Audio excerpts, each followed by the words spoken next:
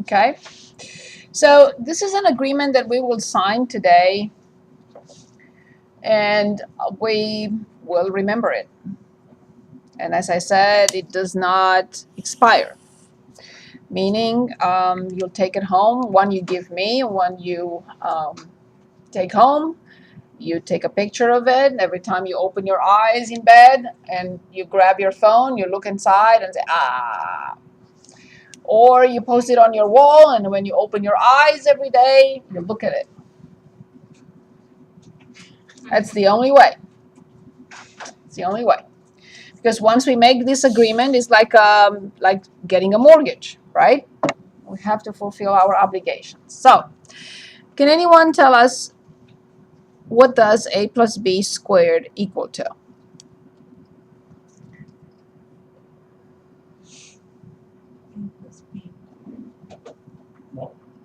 Multiply it out. Yes, you can FOIL it if you want. A squared plus B squared. Nope. A squared plus AB squared, not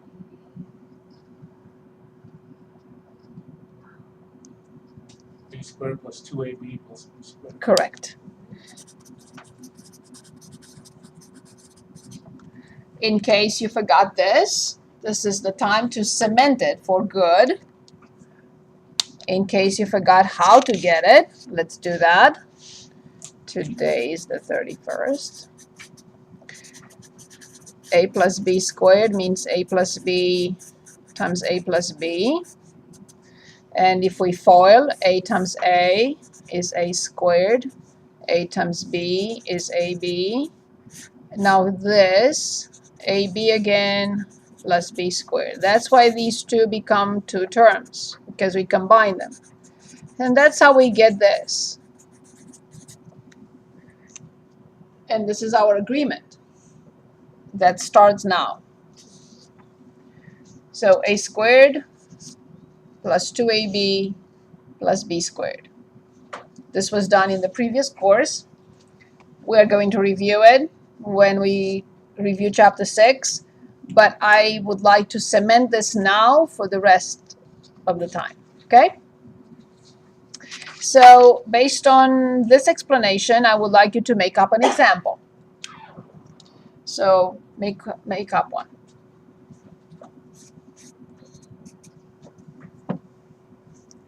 Where A can be anything, of course, and B can be anything.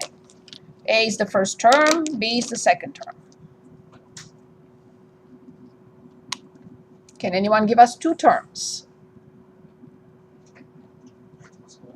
I'm sorry? X plus y is good, but I'm going to say 2x plus 3y. Perfect. X plus y is fine. Nothing wrong with it. Very good. Excellent. Thank you. Okay. So we are not going to FOIL this anymore. Will I give you credit if you FOIL? Yes. Full credit? Yes. Will you progress in this class and in math? No. If you continue to FOIL this. So we have to cement it now. We have to agree on this now, that we have to make the effort to understand that a binomial squared represents what? What is this? How many terms? Exactly. So a binomial squared equals a trinomial. A binomial squared equals a trinomial. So can anyone give us the expansion of this?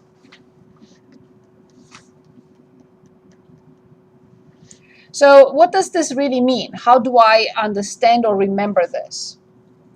A is the first term, B is the second term. A is the first, B is the second. What does this say? It says square the first. It says square the second. And then in the middle, multiply A by B and then by 2. So, please square the first term and tell me what to write. 4x squared. Very good. Square the last term and tell me what to write. 9x. And now, careful, in the middle, I want 2 multiplied by 2x and multiplied by 3y. And move away from foiling. Multiply 2 by 2, 4 by 3. So that's my 12xy. We no longer foil this product. And that's our first agreement, or first part of the agreement today. Can anyone give us the special product, the second one? And I will write it. A squared minus 2a. Of course. That's the only difference, right? Perfect. Can anyone make up an example?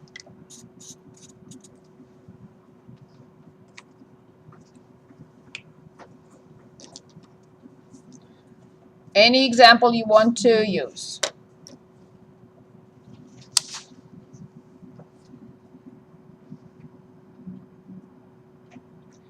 Five x minus 7 y cubed. 5x minus 7y cubed. Let's make it 5x squared minus 7y cubed. The pattern is the same. So 5x squared squared. What do I get? Excellent. Please square 7y cubed. Yes? Y to the, copy the base, multiply the exponents. Multiply the exponents. And what about the middle? Of course, it has to be negative. What do I have in the middle? I have a 2 multiplied by 5x squared and multiplied by 7y cubed. This is what I can do in my head. I don't have to write it. I wrote it because I want to cement this now with you. So what is the answer? How much is 2 times 5? How much is 10 times 7? So this is 70x squared y cubed. Very good. Last one. Last part of our agreement. A plus b times a minus b. A squared minus 2 squared. Very good. This is the difference of squares. You can FOIL it if you want, but just this time. One more time, I don't want to scare you. You will get full credit if you FOIL it, but you will not make progress in math. At least not as fast as I would like you to make it. Okay, please give me an example.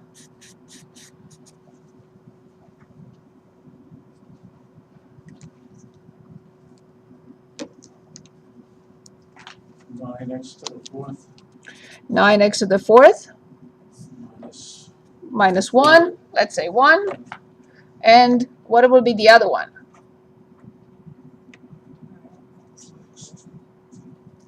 Careful. 9x to the fourth minus 1 plus 1. Exactly. They must be identical. The only difference is that one has plus and one has minus. Yes. And what will be the final answer? Without foiling it. What does this pattern say? Take the first term and square it. Take the second term and square it. And put minus in between. So can anyone square the first term for us? 81x to the 8th. Copy the base. Add the exponents. Or 9x to the fourth, copy the base, multiply the exponents. And then I have to write minus, and I have to square the other term. What do I get when I square 1? 1. What I would do when you get the chance tonight, hopefully, I would write 10 problems from the book. They're in chapter 6 on one side, or just make them up. 10 problems on one side of the page. Foil them just this time. And then on the other side, fold the paper so you don't see the answers. And on the other side, copy the same problems, the same questions you have made up from here, similar to these, and not foil them. And then you should remember this. So now I want your signature on one copy, blank copy. I don't need anything. I want your signature on this. And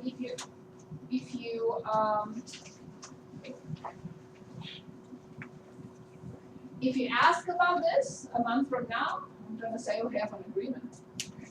And I would dedicate, I would find somebody else to explain it to you.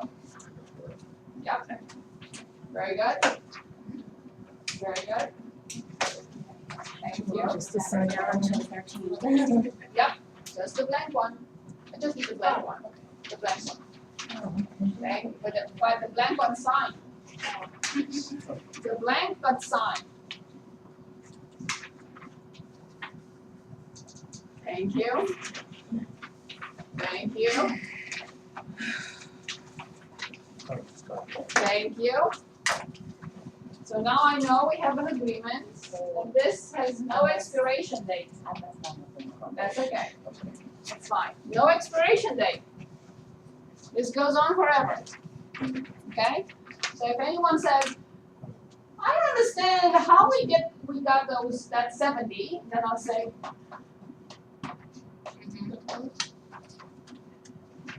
why? Why am I doing this? In the numerous O12 classes that I taught, on the first day of classes, I talked about this. On the last day of classes, students asked me the same question. I don't mind. But what did we do in 3 months and a half? So now, I have it in writing. Good. So now let's go over the quiz. One more time. I want you to be honest with yourselves. You don't have to show me anything.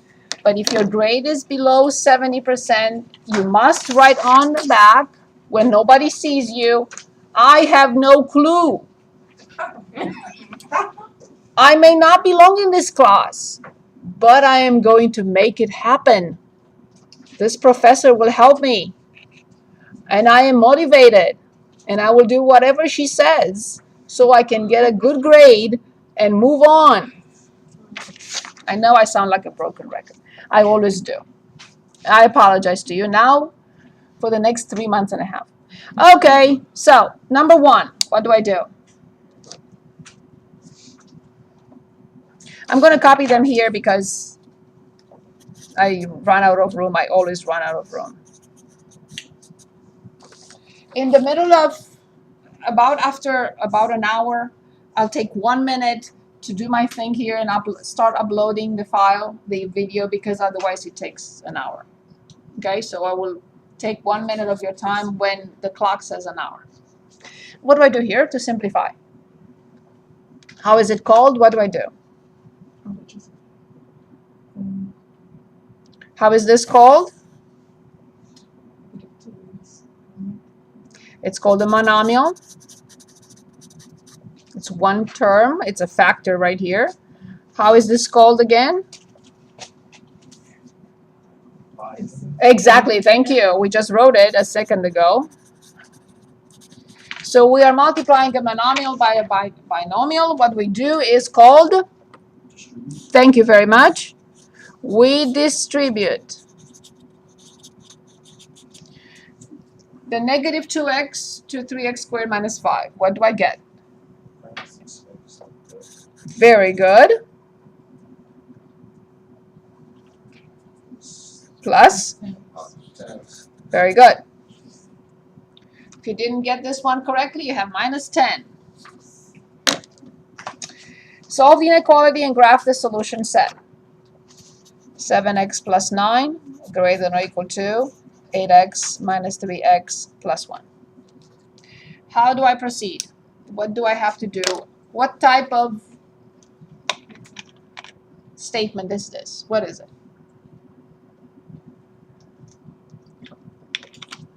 How do we call it? We call it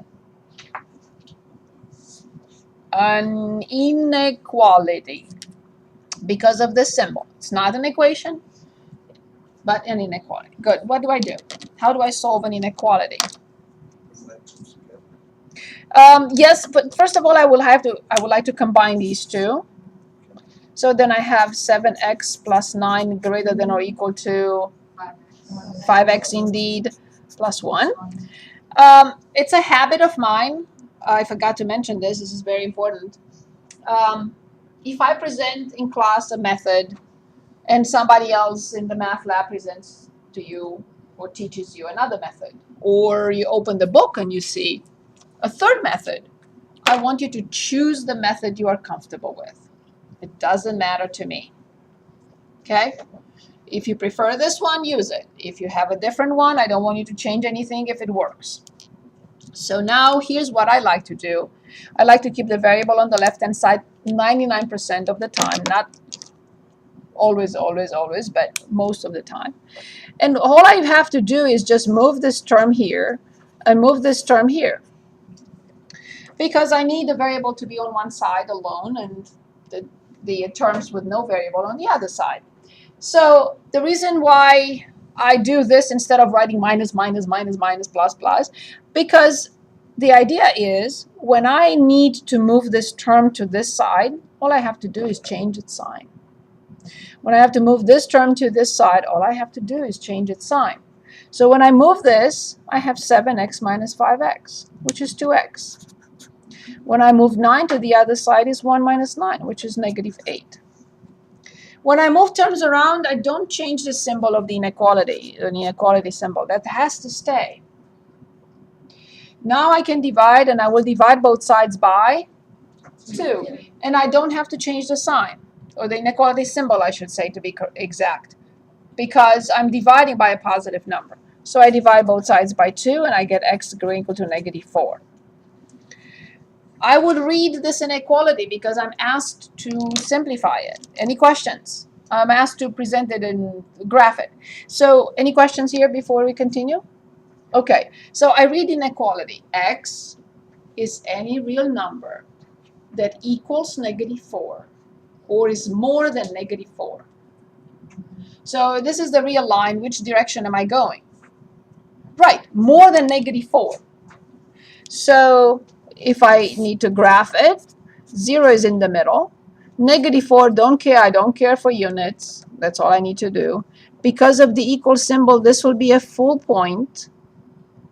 I like to present the interval notation because it's a full point. I use a bracket. This is infinity. This is negative infinity. Infinities are parentheses. And this is the interval that has the solution set, right? So an interval notation is what I have here. The quiz does not say presented in interval notation. I will ask you to. So I will say x is in the interval negative 4 comma infinity. Or you can skip all this.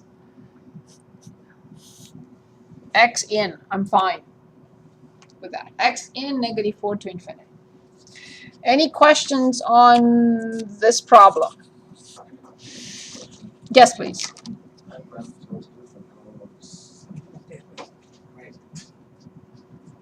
So negative 4 to the right. If you graph it to the left. Yeah, no, that's correct. That's correct. I prefer the interval notation. Okay. Oh, that's fine. Very good. Any questions? Okay. Moving on to the, if you did not get this answer, you have minus 10.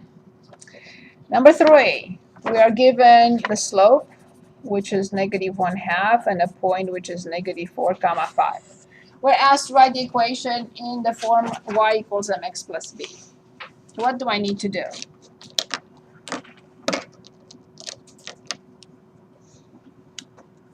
Well, you got this. You have this. You have the slope. So the formula you would use is y minus y1 Very good. equals m in the parentheses x minus x1. Very good. This is the point slope form of the equation of a line. Very good. Excellent. Thank you. So all I have to do is just plug in the numbers. So here's what I'm going to do. Negative 4 under x1. 5 under y1. And negative 1/2 under m. That's the correct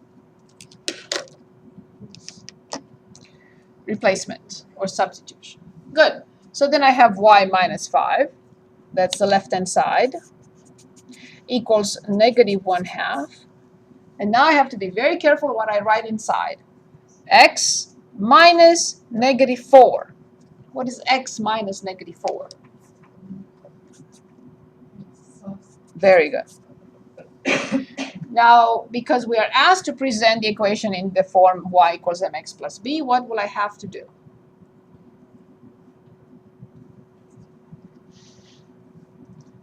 Well, you have to get rid of the parentheses there. Exactly. I have to distribute. Very good.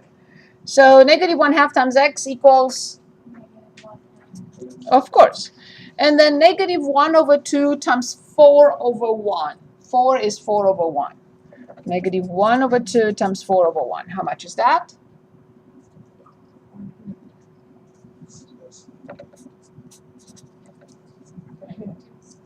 Negative 2, and I have to bring 5.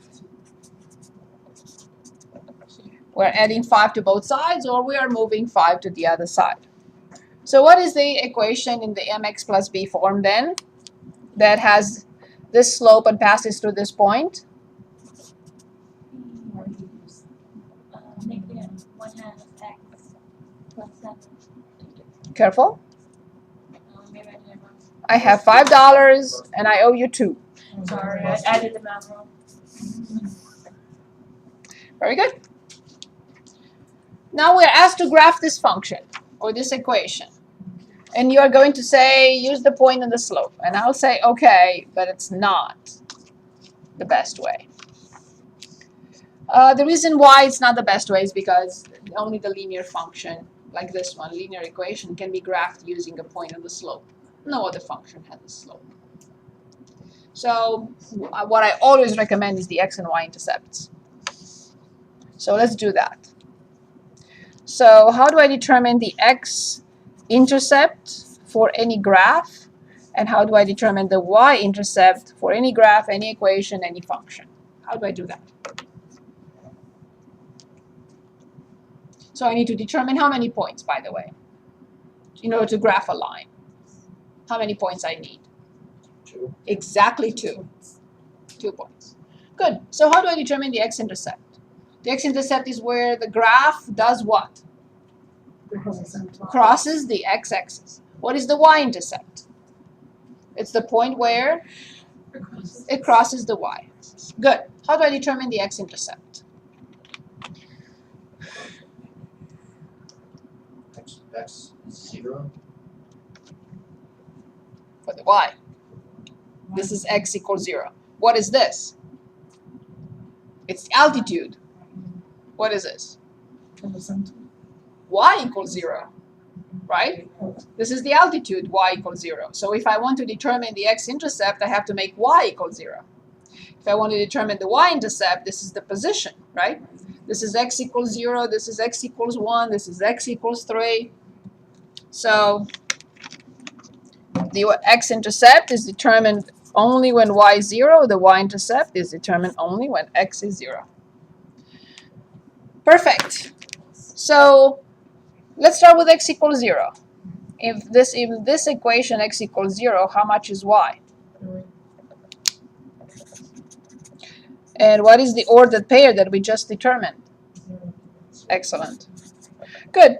So now if in this equation y is 0, then bless you, then I have 0 equals negative 1/2 x plus 3.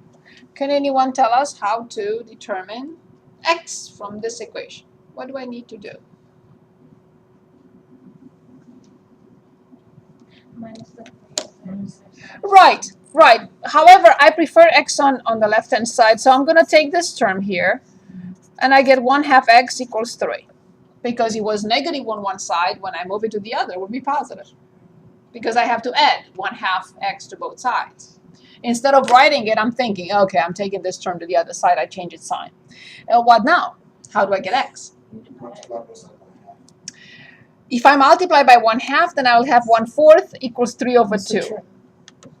It's multiplied. I can subtract or add. So here's how we think.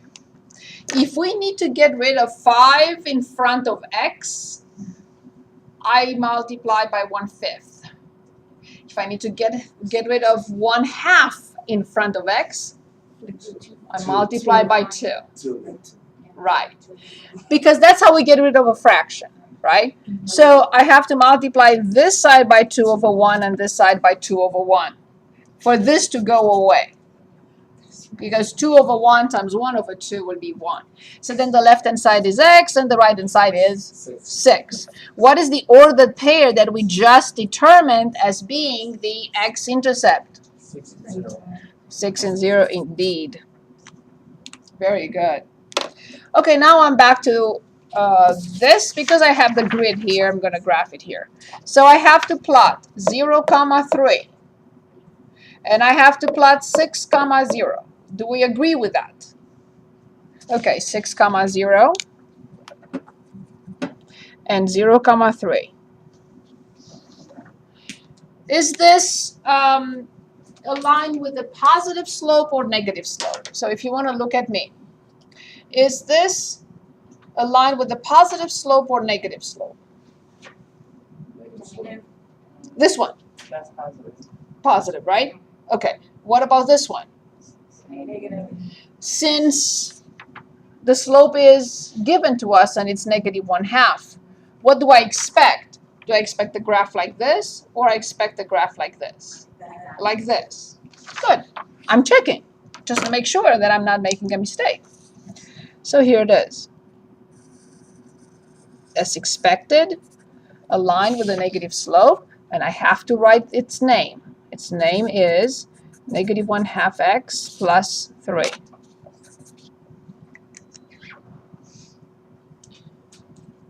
If you did not necessarily graph it with the x and y intercepts, but if you didn't graph it correctly and if you didn't get the equation correctly, you have -20. So be very careful. Okay.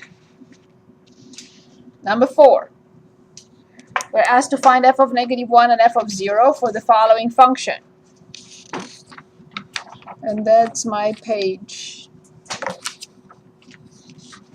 3. Okay, so we have f of x equals to x cubed minus 9. We're asked to find this and this. So what do I need to do? Substitute. Exactly. Plug it in. So when I look at this function, this is what I see.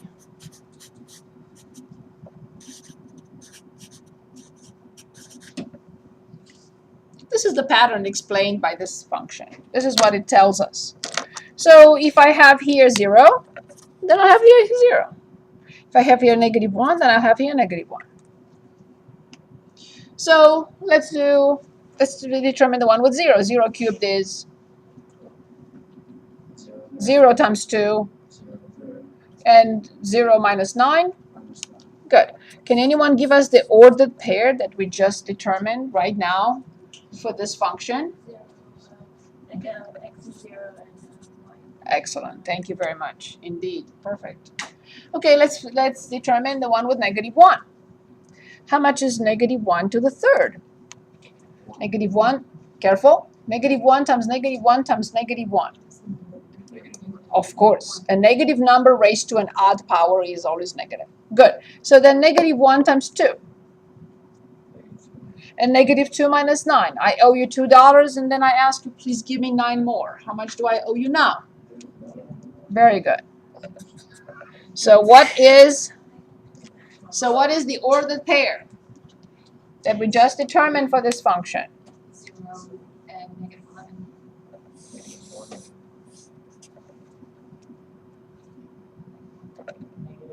-11. Very good. It was a little confusing because I wrote them too close. I know that. Very good. Any questions? Okay. Next one. Any questions? Any questions? Okay. Next one. X squared minus 25. We're asked to factor this. And before you say anything,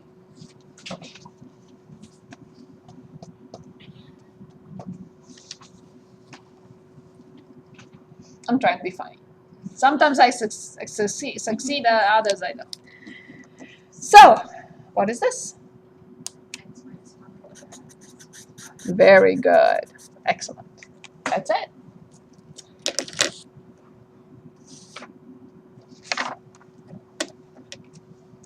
Next one. We are asked to factor 10x squared plus 5x plus 4x plus 2.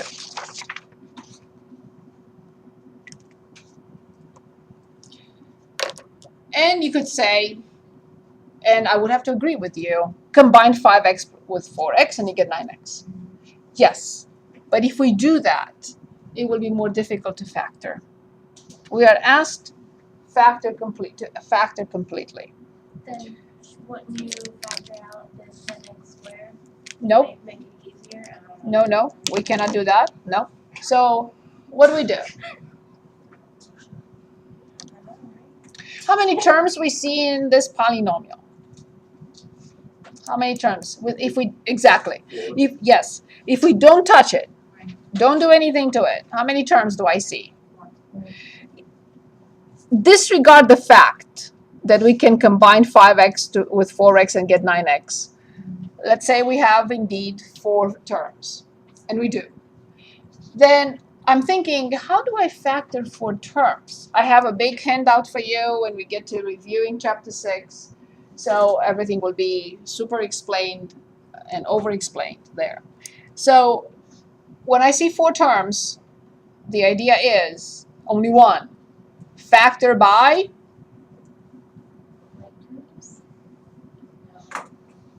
factor by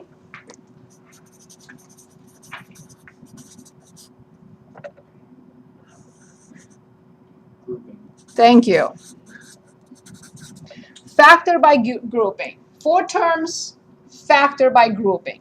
So I will group the first 2 as if there is nothing else in there. I think the sign is gone, so I can remove this. Okay, so let's look at the first 2 and tell me what would you factor out from the first 2. 5. What else? X. 5x. Good. What is left in parentheses? So you get 5. Very good. Let's check. We have to check. 5x times 2x is 10x squared. 5x times 1 is 5x. Good. Without looking, and I am not kidding, without looking, what do I have to have coming out from the other 2 terms? Otherwise, I can't continue. What do I have to have in here? Otherwise, I can't continue. That's a match. Of course. Of course. If it's not there, the polynomial may not even be factorable. Or I may have to go back and regroup them in a different way. So they have to be alike. So now I'm looking. I cannot fabricate this. You know what I mean? I cannot make it up. It has to be there. Now I need from you a sign and a factor. Give me a sign and a factor. Plus 2. Indeed. So what is the common factor next that has to be pulled out from this term as well as from this term? What would you pull out? 2x plus 1. Of course, that's the common factor. Exactly. What is left now from the first and from this? Plus 2. Indeed. Okay, if you don't trust it, let's check our work. 2x times 5x, 10x squared. 2x times 2, 4x. 1 times 5x, 5x. 1 times 2, 2. Any questions? Last one. We are looking at an equation. X times x minus 5 equals 14. We're asked to solve by factoring. I'm ready when you are. What is the first step?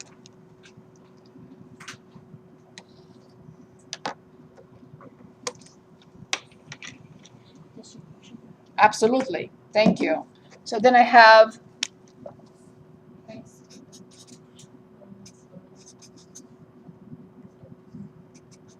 good. What type of equation is this? Very good. Quadratic. Did you hear that? Very good. Quadratic. Quadratic equation has what degree? Quadratic. Yes, degree 2. Quadratic. Good. So then how do I solve a quadratic equation?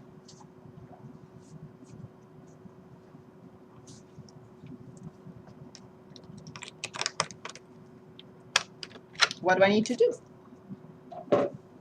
14 to the other side. Take 14 to the other side first. I have to have 0 on one side. There are situations in which we will learn in chapter 11 in which we can apply a different method, and there is no need to move that term from one side to the other, but not in this case. Okay, now what? I have it set equal to 0, and now I'm asking myself again, I'm looking at the problem, it says solve by, good, so let's factor. How do I factor x squared minus 5x minus 14?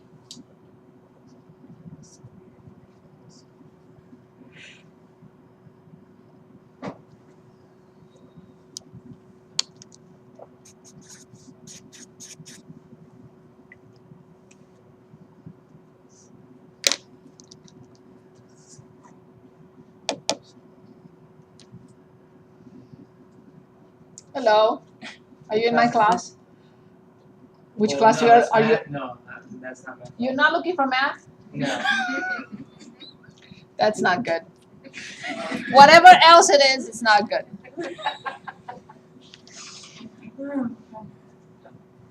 So, Factor out the x. you cannot, it's not common factor to all three.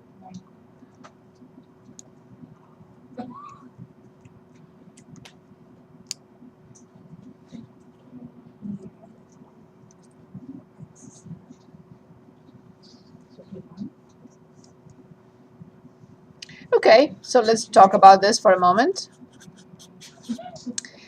This is the sum, and this is the product of the numbers I need. So the sum of two numbers, that is -5, and this happens only because the leading coefficient is 1. We will review all this. And the product is -14. Can I find two numbers? Do they exist? Because if they don't exist, the polynomial is not factorable. But can I find two numbers whose product is -14 and whose sum is -5? Since the product is negative, obviously one has to be positive and one has to be negative.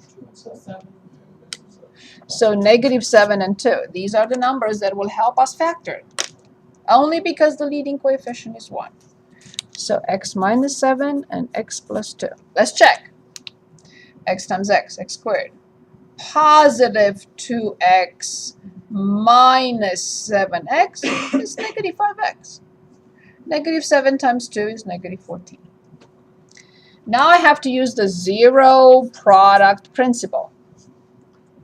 So what can happen when a product of two factors is 0? What could happen? How can I get, when I multiply two numbers or two factors, how can I get 0? Only if, of course. So if x minus 7 is 0, then I get x equals? I have to move -7 to the other side.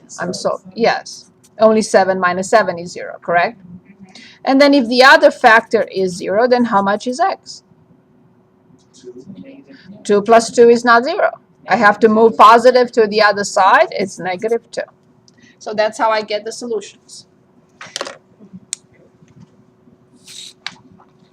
And these are the solutions to this equation. So I will say, no clue. I will study hard.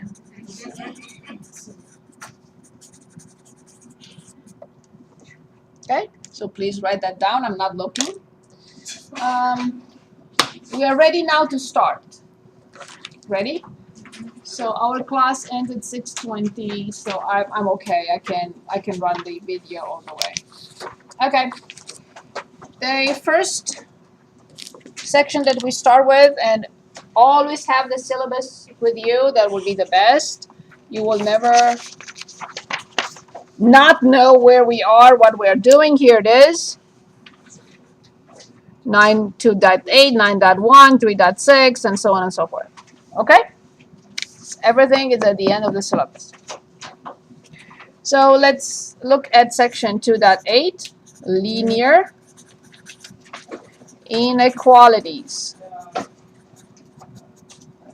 Linear inequalities. We already looked at a linear inequality. Linear inequalities.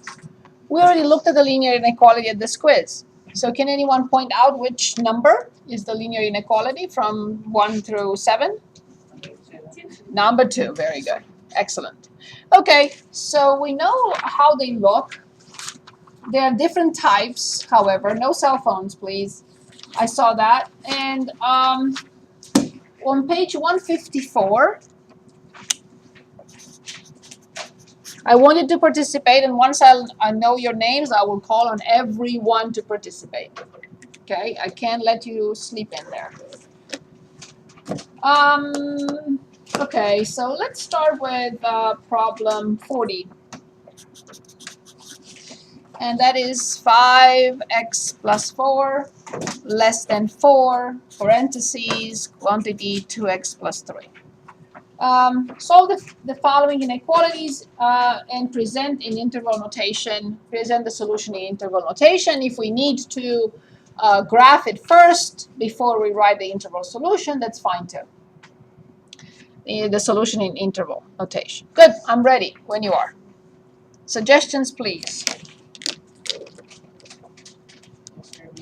Absolutely. So 5x plus 20 less than 8x plus 12. Excellent.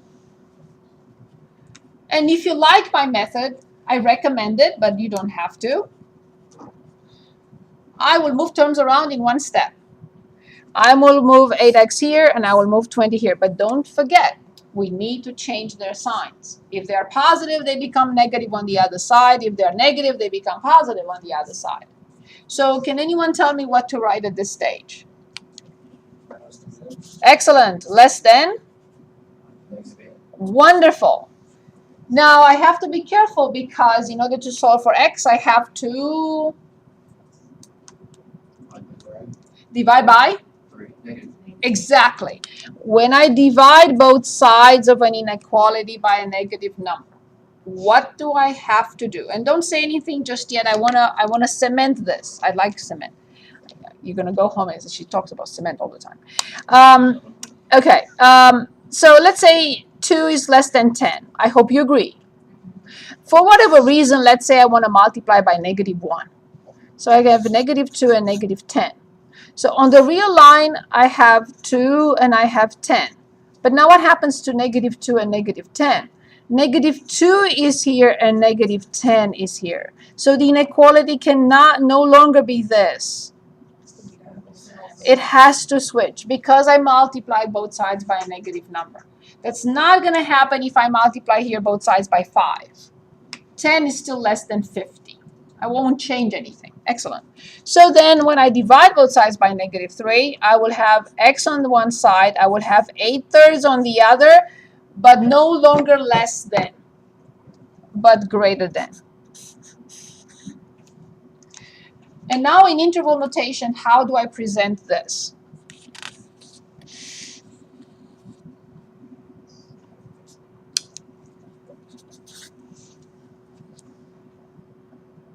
Okay, let's graph it. Here's 0, negative infinity to infinity. 8/3 is somewhere here. 8/3. Roughly a little bit less than, 1/3 less than 3, right? I don't care for units. And since it's an open point, there is no equal symbol, I'm going to use parentheses. And it is to the right of 8/3. Numbers greater than 8/3. So in interval notation is what you see. 8/3, comma infinity, x in.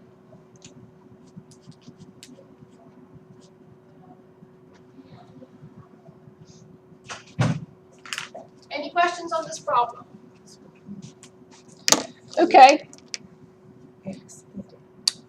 Yes. You remember I said x is found in the interval blah blah blah. In short, x in. That's fine.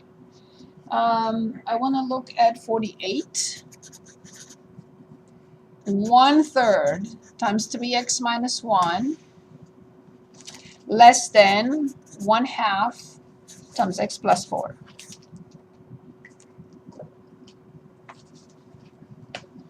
I know you're going to say, do this. What is that? Yes. We haven't started, but you're more than welcome. We start at 6:30. Brenda, you can come in and sit down. Okay. So what do I do? Get rid of the fraction. Right. I recommend that. Yes, you can distribute 1/3 on the left-hand side and 1/2 on the right-hand side, but I do recommend you multiply both sides by Least common denominator. excellent, the least common denominator. What is the least common denominator of 3 and 2? Which number will eliminate both at the same time? 6 indeed. Thank you very much. So careful because we have a fraction in front. Instead of writing 6, I'm going to write 6/1. 6/1 multiplied by the left-hand side and 6/1 multiplied by the right-hand side.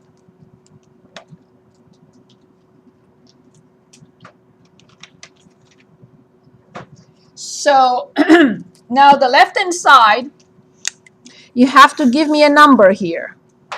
Which number is that? 2. Very good. And in parentheses, 3x minus 1. Now you have to give me a number here. 3. Yes. And that's x plus 4. Much more human, isn't it? I'm actually back to the previous case because I eliminated fractions, right? Good. Very good. So then the next step is to, yes. So then I have 6x minus 2 less than 3x plus 12. Again, if you like my method, then you will eliminate everything in one step. I shouldn't say everything, but you will move terms around in one step. You will move this, and you will move this. And what do we get? Yes, indeed. Less than 14. Since I'm dividing now by what type of number? I don't have to think of anything. There is no warning there. So then x is less than 14/3. Which direction am I going? To the left. Very good. So if you want to graph it, you can. 14/3 is a little bit less than 5. So somewhere here. That's my 14/3. Again, I don't care for units. This is not the point here. So less than is this. So in interval notation, you cannot, it's not acceptable. It's not acceptable to write 14/3 to negative infinity. We read from left to right. So I have to write x in the interval, negative infinity 14/3. Will you get full credit? Yes, I will. I will give full credit for that because it's not a major thing, but I don't recommend it. Any questions? Any questions? Any questions for me? Okay. Let's see, 61. Negative 6 less than 3, x minus 2 less than or equal to 8. What can you say about this inequality?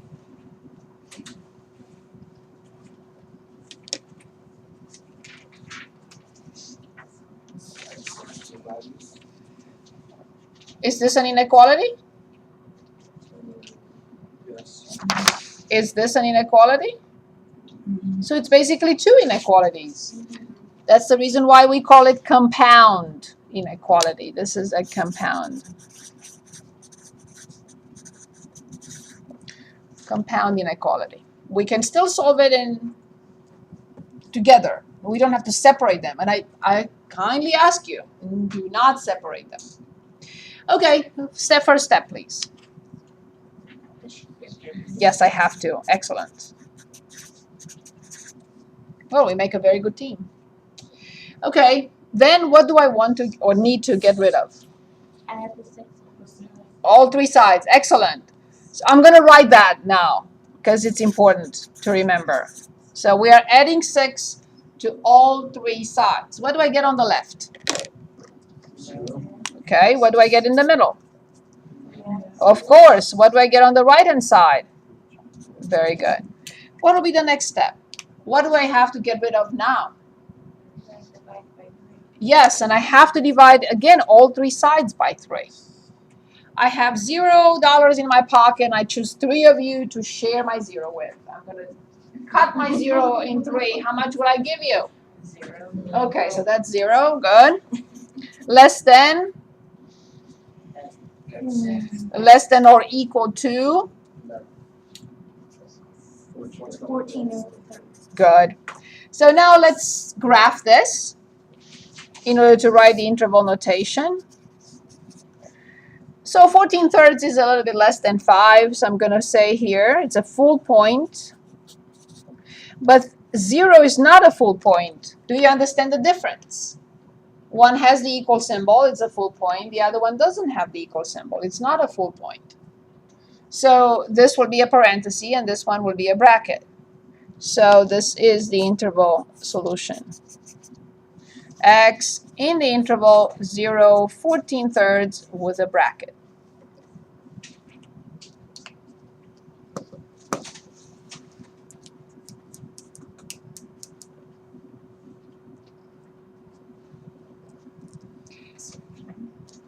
Ready? Okay, last problem for today, 69. Any questions before we continue? Any questions? Okay, so let me, yes, please. Yeah? The question Yes. about the negative 3 on about clearing. This one? Yes. It's divided. Just divided. It's not negative. Sorry about that. Okay, so let me read this problem to you. Dennis and Nancy are celebrating their 30th wedding anniversary. That's rare these days. By having a reception, blah, blah, blah. They have budgeted $3,000. That's all they want to spend for their reception. If the reception hall charges a $50 cleanup fee,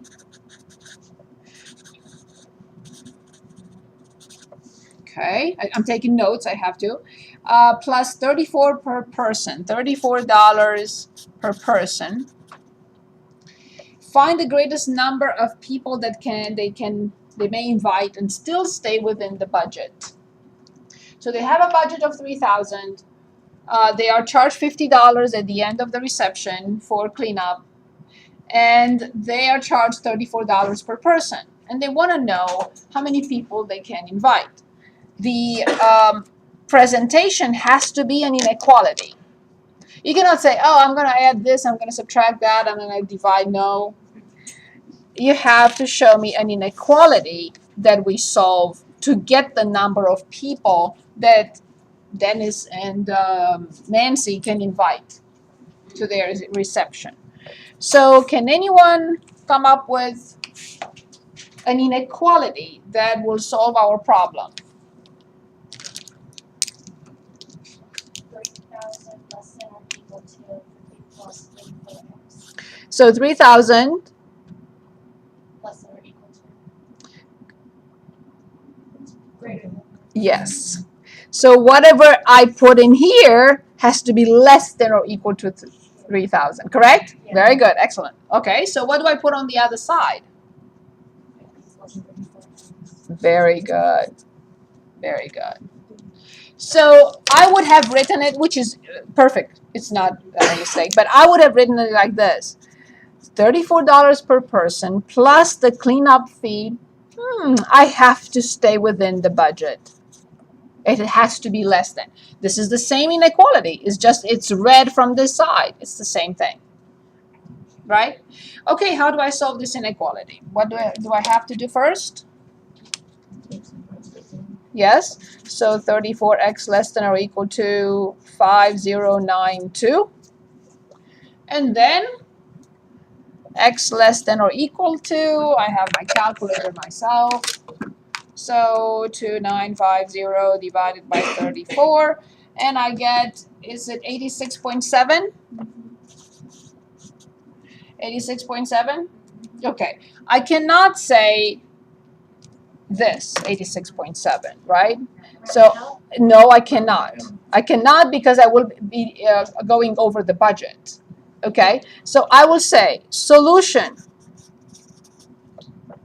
0, 1, 2, 3, 86. I cannot use the interval notation to present the solution of this inequality, because the interval notation means that I can invite 1.39 people or 11.95 people. I have to list. Or the other way of writing it is anywhere between 0 and 86 people. Or you can write 86 or less, and I'm fine with all three answers. 86 or less, anywhere between 0 and 86, and solution blah, blah, blah. Sorry, I held you over 1 minute. I apologize. I will see you next Thursday. Don't drink and drive. We have a holiday on Monday. School is closed. And this section is finished. There is nothing else I can tell you about 2.8. So your math lab homework should be done by Thursday next week in MyLabs Plus homework, sorry. Should be done between now and next Thursday. Thank you for coming. Thank you for bearing with me.